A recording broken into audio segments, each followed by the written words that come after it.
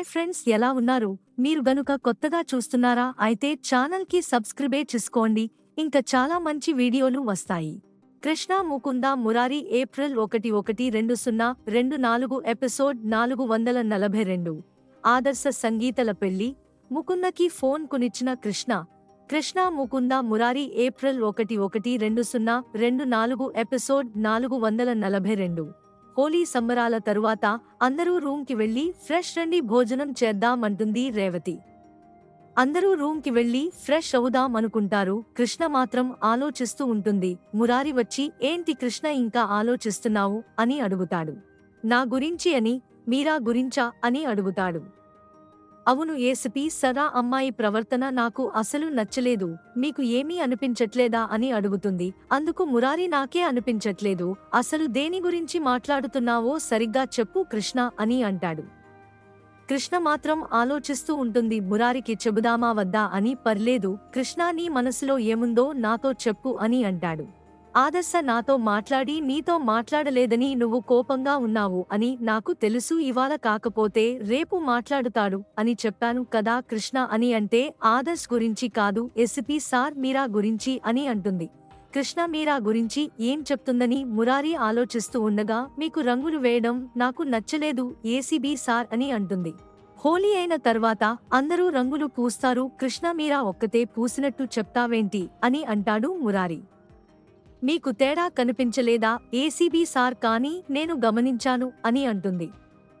మీరా మీకు దగ్గరగా రావడం, రంగులు పోయడం కావాలని మళ్ళీ మీ వెనకాల తిరగడం, 1కి 2 సార్లు రాసుకుని పోసుకుని తిరగడం నేను గమనించాను ఏసీబీ సార్. ఆ అమ్మాయి ప్రవర్తనలో ఏదో తేడా ఉంది అని అంటుంది.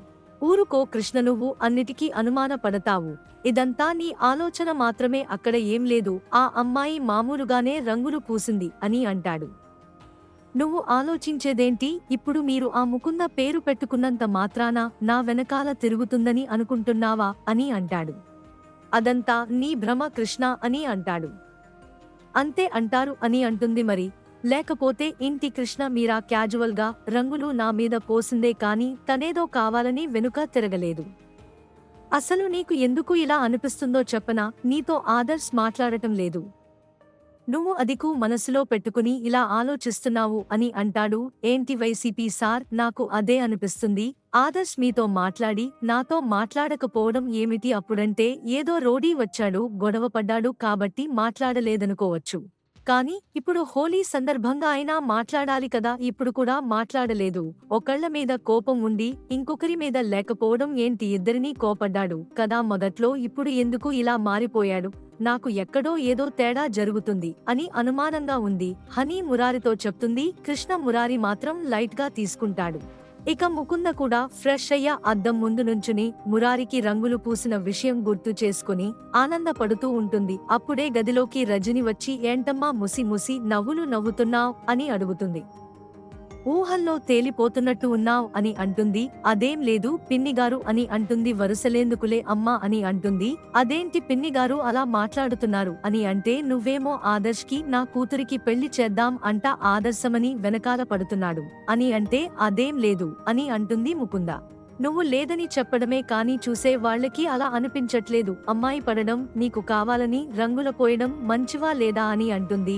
రజని మీరు చెప్తుంది నిజమే అనిపిస్తుంది కాబట్టి మనం ఇప్పుడు ఒక డెసిషన్ తీసుకుని భవానీ దేవి దగ్గరికి వెళ్లి మీ అమ్మాయిని ఆగస్టు ఇవ్వమని అడిగేసేయండి, అప్పుడు ఏదో అలా ఉండదు, తేలిపోతుంది కదా అని అంటుంది ముకుంద. ఇప్పుడు ఆ వద్దు, భవానీ దేవి ఏమంటుందో అని రజని భయపడుతుంది. ఏం పర్వాలేదు, ఒకప్పుడు అడిగి తొందరపడ్డారు, ఇప్పుడు ఆడకపోతే ఆలస్యం అవుతుంది అని అంటుంది. మీరు వెళ్లి భవానీ దేవితో మాట్లాడండి, వెనకే ఉండి నేను అందుకుంటాను కదా, మీకు హెల్ప్ చేస్తాను. మీ అమ్మాయికి ఖచ్చితంగా ఆదర్శ్ నుంచి పెళ్లి చేసే బాధ్యత నాది అని అంటుంది. నాకు ఎటువంటి ఫీలింగ్స్ లేవు, కానీ ఆదర్శ కూడా నా మీద ఫీలింగ్స్ రాకుండా ఉండాలంటే మనం సంగీత నుంచి పెళ్లి చేయాల్సిందే అని అంటుంది. రజనీకి ఎముకలో చెప్పిన మాటలు కరెక్ట్ అనిపిస్తాయి, సరే అలానే అడుగుతాను అని అంటుంది. ముకుంద కూడా మనసులో ఆదర్శ సంగీత్తో పెళ్లి అయిపోతే ఇక నా వైపు రాకుండా ఉంటాడు, అప్పుడు నేను పూర్తి కాన్సంట్రేషన్ మురారి మీద పెట్టొచ్చు అని అనుకుంటుంది.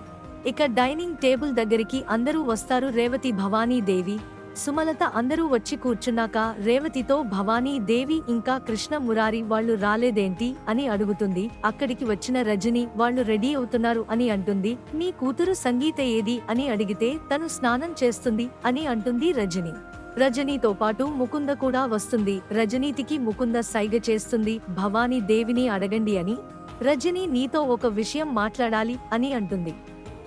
భవానీ దేవి ఏంటో చెప్పు అని అంటుంది. ఇప్పుడు మీరంతా సంతోషంగా ఉన్నారు కదా అని అంటుంది. అవును, నువ్వేం అడగాలనుకుంటున్నావో ముందు అది అడుగు అని అంటుంది. ఏం లేదు, ఆగస్టు నా కూతురు పెళ్లి జరిగితే బాగుంటుందని అంటుంది. ఎటిగుడి ముకుంద చనిపోయింది.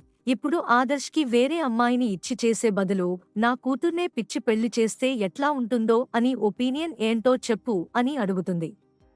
భవానీ దేవి ఆలోచిస్తూ ఉంటుంది. ఇక పక్కనే ఉన్న ముఖంగా అవును మేడం, సంగీతకి ఆదర్శ్ అంటే చాలా ఇష్టం. నేను చాలాసార్లు ఆదర్శతో సంగీత క్లోజ్గా ఉండడం చూశాను. ఆదర్శ్కి పెళ్లి చేయాలని మీరు అనుకుంటున్నారు కాబట్టి సంగీత నుంచి పెళ్లి చేస్తే బాగుంటుందని అనుకుంటున్నా అంటుంది. దాంతో భవానీ దేవి ముకుంద వైపు కోపంగా చూస్తుంది. ఈవిడేంటి నా వైపు ఇలా చూస్తుంది అని మనసులో అనుకుని మీకు ఇష్టమైతేనే చేయండి, ఏదో నేను మామూలుగా చెప్పా. ఇక డైనింగ్ టేబుల్ దగ్గరికి వచ్చిన మధు ఉదయం తీసిన ఫోటోలు అన్నిటినీ చూడండి అని హోలీ పండుగ జరుపుకున్న ఫోటోలను చూపిస్తూ ఉంటాడు.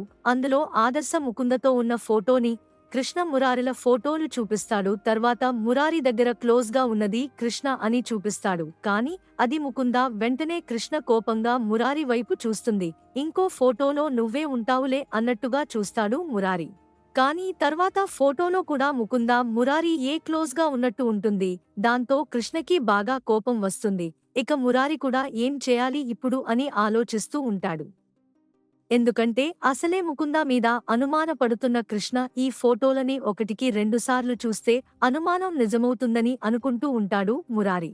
ఇక ఆదర్శం ముకుందతో క్లోజ్గా ఉండడం గురించి ఎక్కడా అందరూ ముకుందని ఇష్టపడుతున్నాడేమో ఆదర్శ అని అనుకుంటారని ముకుందే కావాలని ఆ టాపిక్ ఇక్కడితో ఆపేయాలి, లేదంటే ఆదర్శ లేనిపోని ఫీలింగ్స్ కలిగేలా ఉన్నాయి అని మధు భోజనానికి వచ్చినప్పుడు అన్నం తినాలి కానీ ఇలా ఫోటోలు చూడటం ఏంటి అని అంటుంది ముకుంద. ఒకసారి నీ ఫోటోలు చూసే పని పెట్టేస్తాడు మధు.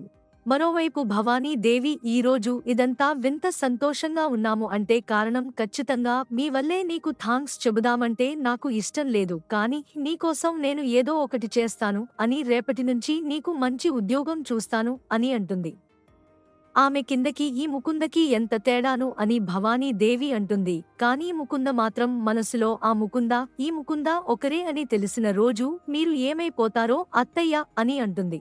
ఇక మరోవైపు నీకోసం ఒక గిఫ్ట్ తీసుకొచ్చాను మీరు అని అంటుంది. కృష్ణ వెంటనే అందరూ కృష్ణ వైపు చూస్తారు. ఇదేంటి అందరూ నా వైపు చూశారు, నేను తప్పుగా మాట్లాడలేదు కదా అని అనుకుంటుంది. కానీ మీరా అని పిలవడం వల్ల అందరూ అలా చూస్తారు. ముకుందా అని పిలవలేదని ఆలోచిస్తున్నారా? నాకు అలా పిలవడం ఇష్టం లేదు అని మొహం దాటడం లేకుండా చెప్పేస్తుంది కృష్ణ. ఏదో ఆ అమ్మాయి మంచిది కాబట్టి మనం ముకుంద అని పేరు పెట్టాం. తనకి ఇష్టం ఉందో లేదో తెలుసుకోకుండా మన ప్రేమ అంతా బలవంతంగా అమ్మాయి మీద రుద్దితే ఎలాగో అని అంటుంది కృష్ణ. పక్కనే ఉన్న ఆదర్శ అమ్మాయి బలవంతంగా పేరు పెట్టించుకున్నట్లు ఏం కనిపించట్లేదు. తనకి ఇష్టమయ్యే మనం పేరు పెట్టాము అని అంటుంటారు. పక్కనే ఉన్న మురారి ఇది కూడా ఎక్కడ పెద్దది అవుతుందో అని, కృష్ణ ఆల్రెడీ పేరు పెట్టేశారు, అందరూ పిలుస్తున్నారు, నువ్వు కూడా పిలిస్తే బాగుంటుంది, ఇప్పుడు దాని గురించి డిస్కషన్ అవసరం లేదు కదా అని అంటాడు. నాకైతే ముఖం దాని పేరు పిలవడం ఇష్టం లేదు, నేను అనే పిలుస్తాను అని చెప్తుంది. ఇక పక్కనే ఉన్న భవానీ దేవి తను భయపడుతుంది. ఒకసారి ముకుంద అన్న పేరు వల్ల ఇంట్లో ఏం జరిగిందో అందరికీ తెలుసు కదా. ఇప్పుడు ఆ అమ్మాయి ఎలా పిలవడానికి ఆలోచిస్తుంది. ఏమో ఎవరిష్టం వచ్చినట్లు వాళ్ళు పిలుస్తారులే అని అంటుంది. ముకుంద వైపు చూసి కృష్ణ నీకేం ప్రాబ్లం లేదు కదా, నిన్ను ఎలా పిలిచినా పర్వాలేదు కదా అని అంటుంది. ఇక ముకుంద మనసులో నీకు నా పేరు తెలవడం కూడా ఇష్టం లేదంటే ఇంకా నా మీద కోపం పోలేదన్నమాట కృష్ణ అని అనుకుంటూ పర్వాలేదు కృష్ణ అని పైకి అంటుంది. నీకోసం ఒక గిఫ్ట్ తీసుకొచ్చాను అని కృష్ణ ముకుంద చేతిలో పెడుతుంది. అది సెల్ ఫోన్.